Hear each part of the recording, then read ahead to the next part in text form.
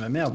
Ok, alors je sais que le sujet du jour est assez chargé, un quart des morts en France est dû au cancer et on a certainement tous perdu quelqu'un à cause de cette maladie, moi comme vous. Mais néanmoins, je pense que c'est pas parce que c'est chargé qu'on doit s'empêcher d'en parler et surtout c'est d'autant plus important de comprendre ce que c'est parce que c'est grave. Un autre truc que je voulais dire avant de commencer, c'est que le sujet du cancer, comme beaucoup de trucs en médecine, est sujet à de nombreuses idées reçues ou même carrément des fake news. Et je vous mets dans la description des vidéos qui sont faites par des médecins qui en fait compilent quelques-unes de ces idées reçues. Alors notamment il y a celle de primum non nocere, est-ce qu'on peut tomber enceinte en avalant?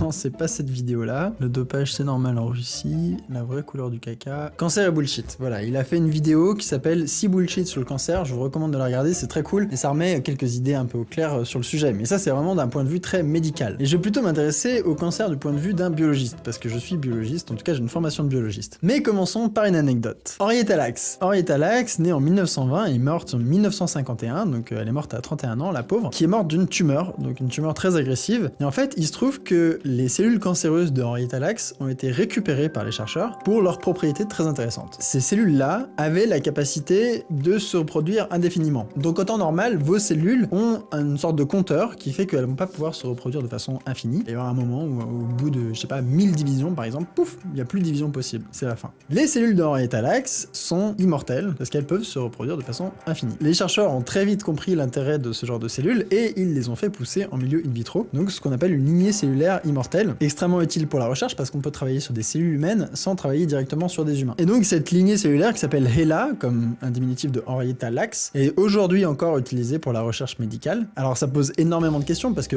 Henrietta n'a jamais donné son consentement pour donner ses cellules tumorales, et encore pire, la famille de Henrietta Lacks n'a découvert l'existence de cette lignée cellulaire que dans les années 70. Et cette lignée cellulaire sert aujourd'hui des intérêts de recherche publique, mais aussi privée. C'est devenu un outil fondamental de la recherche, et elles sont à l'origine d'une personne qui n'a jamais donné son consentement. Donc ça pose quand même une question. Aujourd'hui, on estime que les chercheurs ont fait pousser, au total, plus de 50 millions de tonnes des cellules de Henrietta Lacks. Donc quelque part, Henrietta est l'organisme vivant le plus lourd de la planète. À titre de comparaison, alors il y a ce qu'on appelle Pando. Pando est donc une colonie d'arbres qui fait 43 hectares, et tous les arbres à l'intérieur de Pando ont le même matériel génétique. Un peuplier qui va se dupliquer sous terre, et hop, ça va émerger un autre peuplier, etc., etc., etc. Sur 43 hectares, comme tous les arbres portent la même information génétique, on peut considérer que c'est le même organisme, et en fait, cette colonie pèse 6 millions de tonnes. Donc il y a un petit plan au drone de Pando. Voilà, donc on voit toute la colonie, tous les arbres là jaunes, c'est les peupliers. Tous ces arbres là sont un seul organisme, c'est un seul individu en fait. Ils ont tous le même ADN. Et donc ça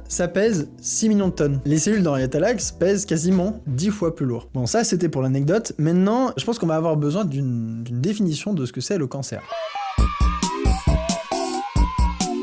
Alors de façon très générale, une cellule cancéreuse, c'est une cellule qui va arrêter de coopérer avec les autres cellules et qui va avoir une croissance et une prolifération aberrantes. On voit la cellule qui commence à se dupliquer vraiment beaucoup plus vite que toutes les autres autour. C'est de la mitose. Je suis pas serein là, les effets sonores sont vraiment dégueulasses. Le mec chargé des effets sonores, il était en mode...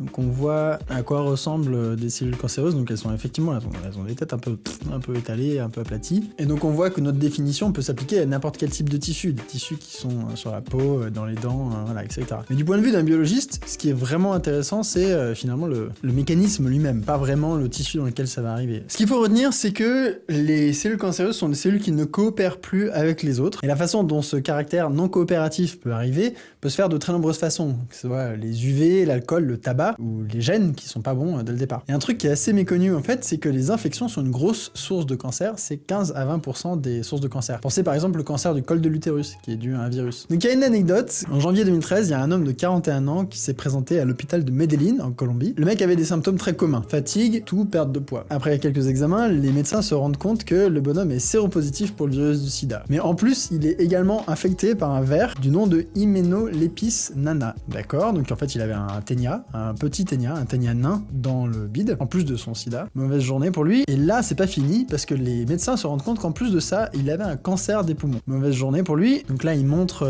dans la publication, il montre les nodules qu'il y a dans les poumons, avec donc, la radio, et puis il montre aussi les nodules une fois qu'ils sont extraits. Et en fait, ce qu'ils se rendent compte, c'est que les cellules du nodule, les cellules cancéreuses, sont trop petites pour être des cellules humaines. Elles ressemblent pas du tout à des cellules humaines. Bah, c'est bizarre. Donc, ils ont commencé à faire des tests, ils ont regardé avec des antigènes spécialisés, etc. Et en fait, ils finissent par se rendre compte que ces cellules sont les cellules du ténia. Donc en fait, le mec avait chopé le cancer du ver intestinal. Donc il y a eu un transfert du cancer, du ver, jusqu'à l'homme.